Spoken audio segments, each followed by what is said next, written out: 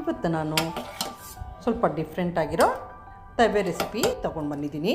ಈರುಳ್ಳಿ ಇಲ್ಲ, ಬೆಳ್ಳುಳ್ಳಿ ಇಲ್ಲ, ಬಟ್ ಆದರೆ ಇದು ತುಂಬ ರುಚಿಯಾಗಿರುತ್ತೆ. Hi everyone, welcome to Hema's hobbies and kitchen. ನಾನು ಮೊದಲಿಗೆ 1 ಕಪ್ಪಷ್ಟು ಹೆಸರು ಕಾಳು ತೊಗೊಂಡು ಅದನ್ನು ನೆನೆಸ್ಕೊಂಡು ಮೊಳಕೆ ತೊಗೊಂಡು ಇಟ್ಕೊಂಡಿದ್ದೀನಿ. ಇವಾಗ ಒಂದು ಕುಕ್ಕರ್ಗೆ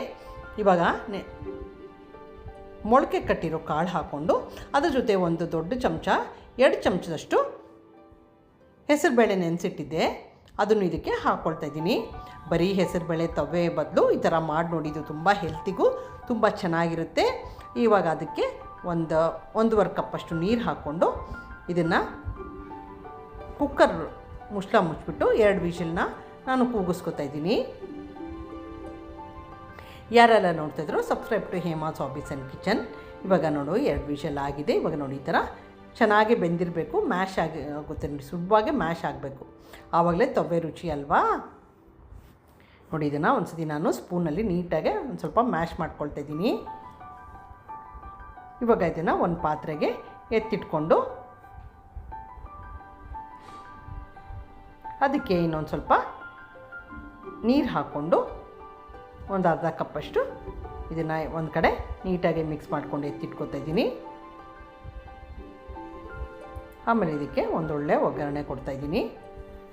ಒಂದು ಸ್ವಲ್ಪ ಎಣ್ಣೆ, ಯಾಕಂದರೆ ತುಪ್ಪ ನೆನೆಲೆ ಒಗ್ಗರಣೆ ಕೊಡಬೇಕು, ಬಟ್ ತುಪ್ಪ ಸ್ವಲ್ಪ ಸುಟ್ಟೋಗುತ್ತೆ ಅಂತ ಒಂದು ಸ್ವಲ್ಪ ಎಣ್ಣೆ ಹಾಕ್ಕೊಂಡು 1-2 ಚಮಚ ತುಪ್ಪ ಹಾಕ್ಕೊಂಡು ಸಾಸಿವೆ, ಜೀರಿಗೆ,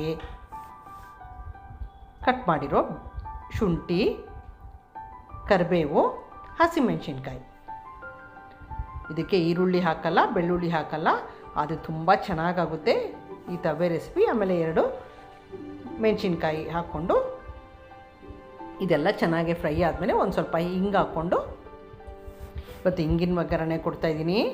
ಈ ರೆಸಿಪಿ ಮಾಡಿ ನೋಡಿ, ತುಂಬ ಚೆನ್ನಾಗಾಗುತ್ತೆ. ಆಮೇಲೆ ಒಂದು ಸಣ್ಣ ಟೊಮ್ಯಾಟೊ ಹಾಕ್ಕೊಳ್ತಾ ಇದ್ದೀನಿ. ಇವಾಗ ಚೆನ್ನಾಗಿ ಇದನ್ನು ಮಿಕ್ಸ್ ಮಾಡಿಕೊಂಡು ಟೊಮ್ಯಾಟೊ ಸಾಫ್ಟ್ ಆಗೋವರೆಗೂ ಬೇಯಿಸ್ಕೊಳ್ಳೋಣ. ಒಂದು ಸ್ವಲ್ಪ ಅರಿಶಿನ, ಉಪ್ಪು ಇದೆಲ್ಲ ಹಾಕ್ಕೊಂಡು ಒಂದು ನೀಟಾಗಿ ಮಿಕ್ಸ್ ಮಾಡಿಕೊಂಡೆ ಜಲ್ದಿ ಟೊಮ್ಯಾಟೊನು ಸಾಫ್ಟ್ ಆಗಿಬಿಡುತ್ತೆ. ಆಮೇಲೆ ಇವಾಗ ಬೇಯಿಸಿಟ್ಕೊಂಡಿದ್ದೀವಲ್ಲ ಹೆಸರು ಬೇಳೆನ ಮತ್ತು ಹೆಸರು ಕಾಳು 2 ನೀಟಾಗಿ ಇದ್ರ ಜೊತೆ ಮಿಕ್ಸ್ ಮಾಡ್ಕೊಂಬಿಡೋಣ. ಚೆನ್ನಾಗಿ ಇದ್ರ ಜೊತೆ ಹೊಂದ್ಕೋಬೇಕು. ಇದನ್ನ ಕುದಿಯಕ್ಕೆ ಬಿಟ್ಬಿಟ್ಟು